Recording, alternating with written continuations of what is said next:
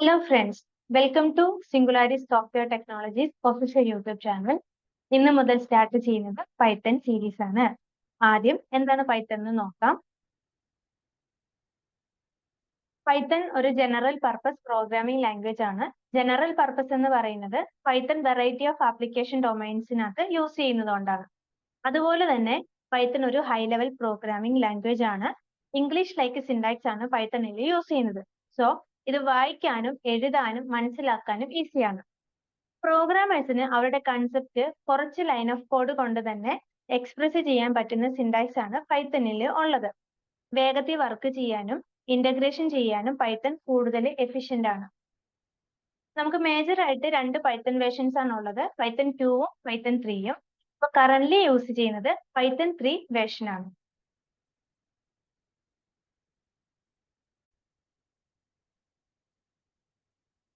ആയിട്ട് പൈത്തണിനെ കുറിച്ച് ഒന്നുകൂടെ നോക്കാം. Python is A interpreted language എന്ന് വെച്ചിട്ടുണ്ടെങ്കിൽ എന്താണ്, നമ്മൾക്കിപ്പം കുറെ ലൈൻസ് ഓഫ് കോഡ് ഉണ്ടെന്ന് വിചാരിക്കാം. അപ്പൊ പൈത്തൺ കോഡ് റൺ ചെയ്യുന്നത് അല്ലെങ്കിൽ എക്സിക്യൂട്ട് ചെയ്യുന്നത് ലൈൻ ബൈ ലൈൻ ആയിട്ടായിരിക്കും.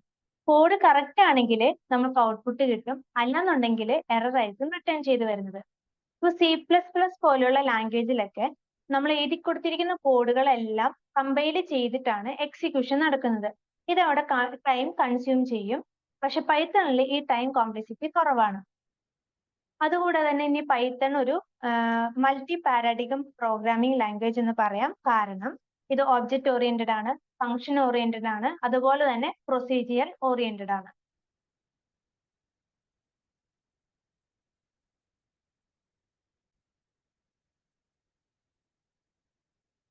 യൂസ് ചെയ്യുന്ന സെവറൽ ഡൊമൈൻസ് ആണ് ഈ തന്നിരിക്കുന്നത്.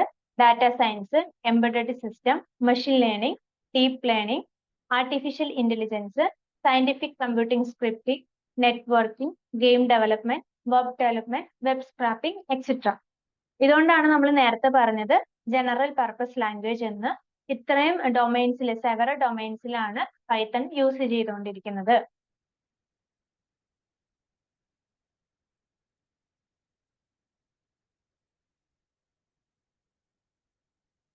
ഇനി പൈത്തൺ യൂസ് ചെയ്യുന്നത് കൊണ്ടുള്ള ബെനിഫിറ്റ്സ് എന്താണെന്ന് നോക്കാം. പൈത്തൺ ഒരു ഓപ്പൺ റിസോഴ്സ് ആണ്. ഊപ്പ് കൺസെപ്റ്റ് ആണ് പൈത്തൺ ഫോളോ ചെയ്യുന്നത്. യൂട്യൂബ്, ഗൂഗിൾ, യാഹു പോലെയുള്ള ലാർജ് പ്രൊജക്റ്റിൽ പൈത്തൺ ഇൻവോൾവ്ഡ് ആണ്. ഏത് ഓപ്പറേറ്റിംഗ് സിസ്റ്റത്തിലും പൈത്തൺ യൂസ് ചെയ്യാൻ കഴിയും. അതുകൊണ്ട് പൈത്തൺ പോർട്ടബിൾ ആണെന്ന് പറയാം. നേരത്തെ പറഞ്ഞതുപോലെ പൈത്തൺ റീഡ് ചെയ്യാനും ലേൺ ചെയ്യാനും കോഡ് ചെയ്യാനും ഈസിയാണ്. ഇനി വാർ, ഇന്റ് ഇങ്ങനെയുള്ള ഡിക്ലറേഷൻ ഒന്നും പൈത്തണിൽ നമുക്ക് ആവശ്യമില്ല. ലൈബ്രറീസിന്റെ സഹായത്തോടു കൂടി പൈത്തണിൽ പല ഓപ്പറേഷൻസ് ഹാൻഡിൽ ചെയ്യാൻ സാധിക്കും. ഫോർ എക്സാമ്പിൾ, മാത്തമാറ്റിക്കൽ ഓപ്പറേഷൻസ് ചെയ്യാൻ വേണ്ടി നമ്പർ യൂസ് ചെയ്യാം. ഡാറ്റ സെറ്റ് ആയിട്ട് വർക്ക് ചെയ്യാൻ വേണ്ടിയിട്ട് പാണ്ടാസ് യൂസ് ചെയ്യാം. അതുപോലെ വിഷ്വലൈസേഷന് വേണ്ടിയിട്ട് മാറ്റ്പ്ലോലിബ്, സീബോൺ തുടങ്ങിയ ലൈബ്രറീസ് യൂസ് ചെയ്യാം. ഈ ലൈബ്രറീസ് എന്ന് പറയുന്നത് തേർഡ് പാർട്ടി മൊഡ്യൂൾസ് ആണ്. ഇനി അടുത്ത് നോക്കാൻ പോകുന്നത് പൈത്തൺ പഠിച്ചു കഴിഞ്ഞിട്ടുണ്ടെങ്കിൽ ഏതൊക്കെ ഫീൽഡിലാണ് ജോബ് കിട്ടണമെന്നാണ്.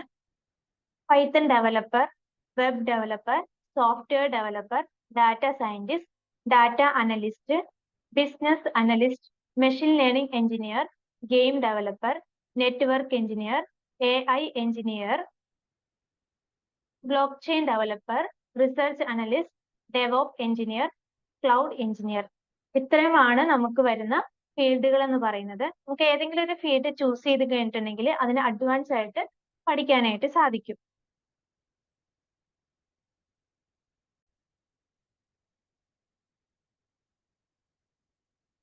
ഇനി ഈ സീരീസിൽ ഉൾപ്പെടുന്ന കോഴ്സ് എന്താന്ന് വെച്ചിട്ടുണ്ടെങ്കിൽ നമ്മൾ ആദ്യം സ്റ്റാർട്ട് ചെയ്യുന്നത് പൈത്തൺ ബേസിക്സ് എന്നായിരിക്കും.